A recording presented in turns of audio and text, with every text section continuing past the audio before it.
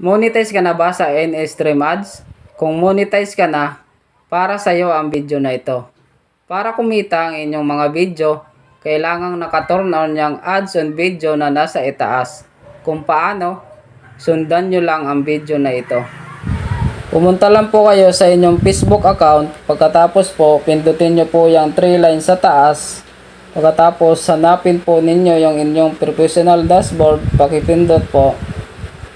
Pagkatapos po, dito po tayo sa See More Insight. Pagkatapos po, dito po tayo sa See All.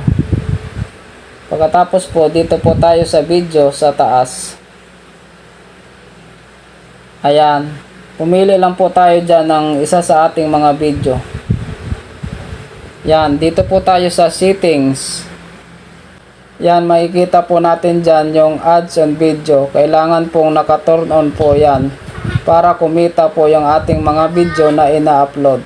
Kung may natutunan po kayo sa video ito, paki-follow naman po at paki-share ng video ito. Salamat!